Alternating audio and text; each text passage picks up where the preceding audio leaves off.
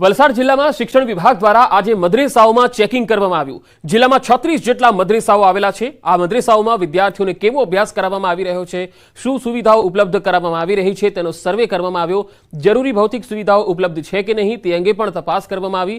મદ્રેસા ચલાવવા જરૂરી પરવાનગી, બાંધકામ, ફાયર સેફટી સુવિધા સહિતની બાબતોની પણ તપાસ કરવામાં આવી। શિક્ષણ વિભાગ દ્વારા તપાસનો વિશેષ રિપોર્ટ તૈયાર કરી સરકાર સમક્ષ રજૂઆત કરવામાં આવશે। ત્યારબાદ સરકાર તરફથી આવતા આદેશ મુજબ જરૂરી કાર્યવાહી કરવામાં આવશે।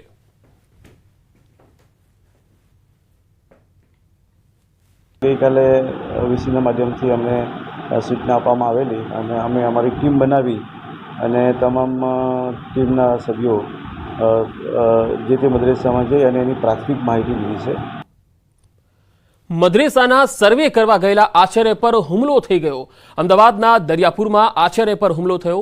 સુલતાનના મહોલ્લામાં સર્વે દરમિયાન આ બનાવ બન્યો હતો। બાપુનગર સ્મૃતિ સ્કૂલ વિદ્યાલયના આચાર્ય પર હુમલો થયો હતો। ટોળાએ આચાર્ય પર હુમલો કરી દીધો, જેને લઈ બે વ્યક્તિઓ સામે નામજોગ અને અન્ય ટોળા સામે ફરિયાદ નોંધવામાં આવી। હુમલામાં સામેલ અન્ય વ્યક્તિઓની પણ શોધખોળ ચાલી રહી છે। 5 વ્યક્તિઓની ઓળખ પોલીસ અત્યાર સુધી કરી ચૂકી છે। હજુ પણ આગામી સમયમાં સીસીટીવી ફૂટેજના આધારે કાર્યવાહી કરવામાં આવશે।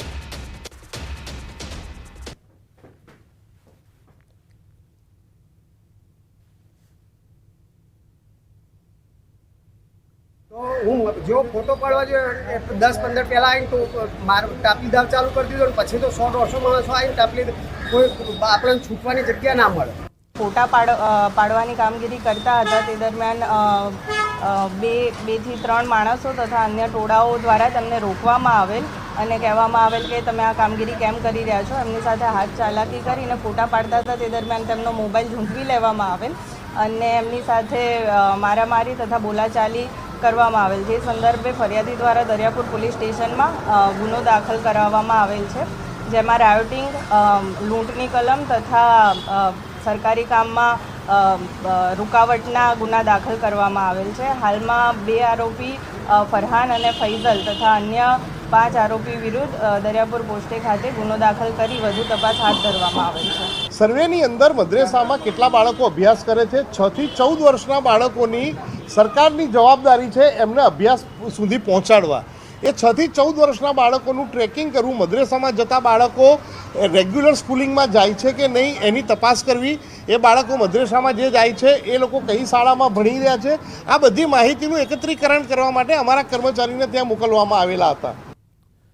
પ્રધાનમંત્રી નરેન્દ્ર મોદીની ડિગ્રી માંગવાની બાબતે થયેલ બદનક્ષી કેસના મામલે દિલ્હીના મુખ્યમંત્રી અરવિંદ કેજરીવાલના વકીલે કોર્ટ સમક્ષ મુદત માંગી। અરવિંદ કેજરીવાલ હાલ સુપ્રીમ કોર્ટમાંથી લીકર કેસમાં શરતી જામીન પર મુક્ત છે। દિલ્હીમાં 25 મેના રોજ અને પંજાબમાં 1 જૂનના રોજ લોકસભા ચૂંટણીને લઈને માંગવામાં આવી મુદત, વધુ સુનાવણી 15 જૂનના રોજ હાથ ધરવામાં આવશે। આજે જે બદનક્ષીનો કેસ હતો ગુજરાત યુનિવર્સિટીએ જે અરવિંદ કેજરીવાલ અને સંજય સિંહ ઉપર કર્યો છે, એમાં સામે પક્ષથી જે છે એમણે મુદ્દતની અરજી જે છે સબમિટ કરી છે, કોર્ટમાં નામદાર કોર્ટમાં રજૂ કર્યું છે અને કારણો લખ્યા છે કે એ જે છે એમને ઇલેક્શનના પ્રચારમાં અને બધામાં બિઝી છે, આવી નથી શકતા। રાજકોટમાં વાયરલ પોસ્ટ બાદ આરટીઓ સતર્ક થઈ ગયું છે। ટેસ્ટ વિના લાયસન્સ કાઢી આપવાની પોસ્ટ વાયરલ થઈ હતી। આરટીઓ દ્વારા બી ડિવિઝન પોલીસમાં અરજી કરાઈ, ત્યારે આરટીઓ ઇન્સ્પેક્ટરે કહ્યું ફી પણ ઓનલાઈન ભરવામાં આવે છે, અરજી પણ ઓનલાઈન કરવામાં આવે, છતાં જેની પણ સંડોવણી હશે તેની સામે કાયદેસરની કાર્યવાહી થશે। બીજી તરફ હવે વગર ટ્રાયલે લાયસન્સ આપવાની જાહેરાત કરનાર રાજદીપસિંહે કહ્યું આ સરકારમાં પોલીસ તંત્ર અને આરટીઓ વિભાગ એલર્ટ છે, એટલે ઘરે બેઠા લાયસન્સ શક્ય જ નથી। મારા ડિઝાઇનરથી લખવામાં ભૂલ થઈ છે, હું આ લખાણ બદલ દિલગીરી વ્યક્ત કરું છું। હાલ તો આ સમગ્ર મામલે તપાસ ચાલી રહી છે। એ રીતે એમને પોસ્ટ મૂકી છે કે 2 વ્હીલર અને 4 વ્હીલરના લાયસન્સ ટેસ્ટ આપ્યા વગર મળી રહે તેમ છે, એટલે એના માટે જ બી ડિવિઝન પોલીસ સ્ટેશનની અંદર આપણે તપાસ માટે કાર્યવાહી કરવા માટે જણાવેલ છે। પ્રાથમિક તપાસમાં શું સામે આવ્યું છે? પ્રાથમિક તપાસમાં હજી સુધી આપણાને કોઈ એવી માહિતી પોલીસ સ્ટેશન દ્વારા મળી નથી અને જે રીતે મળશે માહિતી એ રીતે આપણે પૂરી પાડવામાં આવે। અને હા કે અમે જે પોસ્ટ કરી હતી એમાં જે કંઈ મારા ડિઝાઇનરથી જે કંઈ ભૂલ થઈ છે અને સોશિયલ મીડિયા જે કોઈ મારું અકાઉન્ટ સંભાળે છે એને ડાયરેક્ટ અજાણતા જ એને પેઇડ પ્રમોશનમાં નાખી દીધું હોવાથી તમને ડાયરેક્ટ બધાને શેર થઈ ગયું છે, એના માટે હું દિલગીર છું। પણ આવી કોઈ બાબત છે જ નહીં કે 8,000માં ઘર બેઠા લાયસન્સ કે વગર ટ્રાયલ લાયસન્સ મળે છે। ફરજિયાતપણે આરટીઓના નિયમ મુજબ આરટીઓની ફીસ પે કરીને ટુ વ્હીલ અને ફોર વ્હીલ માટે પહેલા લર્નિંગ લાયસન્સ માટે આવવાનું હોય છે અને લર્નિંગ લાયસન્સ મળી જાય અને પછી એના મહિના કે 30 દિવસનો જે કાંઈ સમય પીરિયડ હોય અને જે વેઇટિંગ હોય એ મુજબ ટુ વ્હીલ અને ફોર વ્હીલ માટે આવવાનું હોય છે. તો આ પોસિબલ જ નથી. કચ્છમાં હુમલા અને હત્યા કેસમાં 16 આરોપી સકંજામાં લેવાયા છે. રણમાં મીઠાની જમીન માટે હુમલો થયો હતો. કનમેર ગુડખર અભયારણ્યમાં આ ઘટના બની હતી. 17 લોકો સામે સામખિયાળીમાં ફરિયાદ નોંધાઈ હતી. હુમલામાં એક વ્યક્તિનું મૃત્યુ થઈ ગયું. તમામ આરોપીના કોર્ટે 7 દિવસના રિમાન્ડ મંજૂર કર્યા હતા.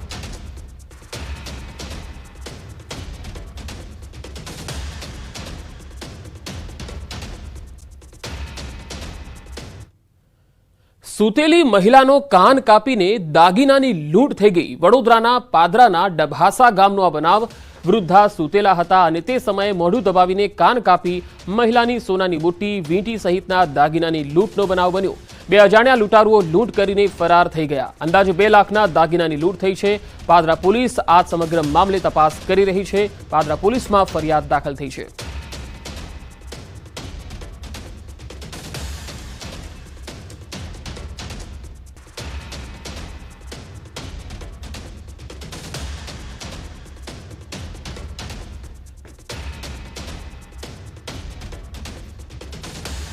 આ કોણ આખો જ કાપી લીધો અને આ તોડી લીધો.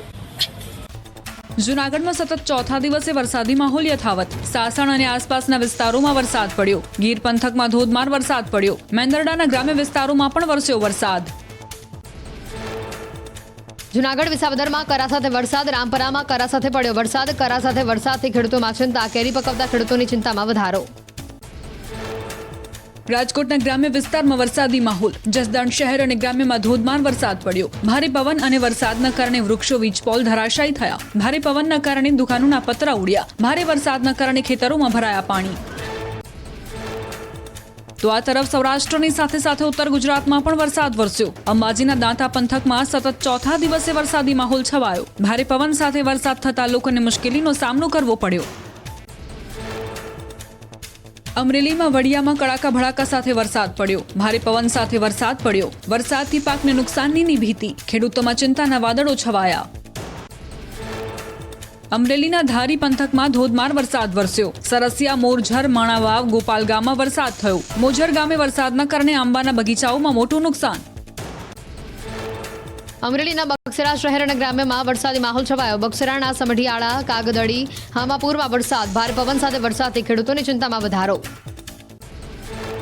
અમરેલી શહેર અને નજીકના ગ્રામ્ય વિસ્તારોમાં વરસાદ. અમરેલી, દેવળિયા, ચકરગઢ, ગોખરવાડામાં વરસાદી માહોલ જામ્યો. વરસાદથી જનજીવન પ્રભાવિત. રાજકોટના આટકોટમાં વાડી વિસ્તારમાં કાચા મકાનોના પતરા ઉડ્યા. ભારે પવનના કારણે દિવાલ ધરાશાયી થઈ. મકાનમાં રહેલી એક વ્યક્તિને પહોંચી સામાન્ય ઈજા.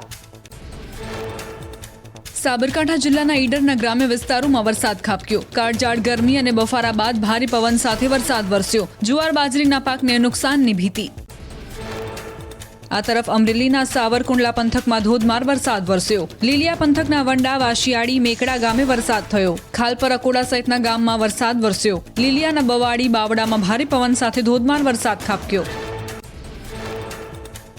દ્વારકામાં માછીમારોને દરિયો ન ખેડવા સૂચના. દરિયામાં ઊંચા મોજા ઉછળવાની શક્યતાને લઈ સૂચના અપાઈ. હવામાન વિભાગની આગાહીને લઈ તંત્ર એલર્ટ. માછીમારોને સલામત સ્થળે ખસી જવા અપીલ.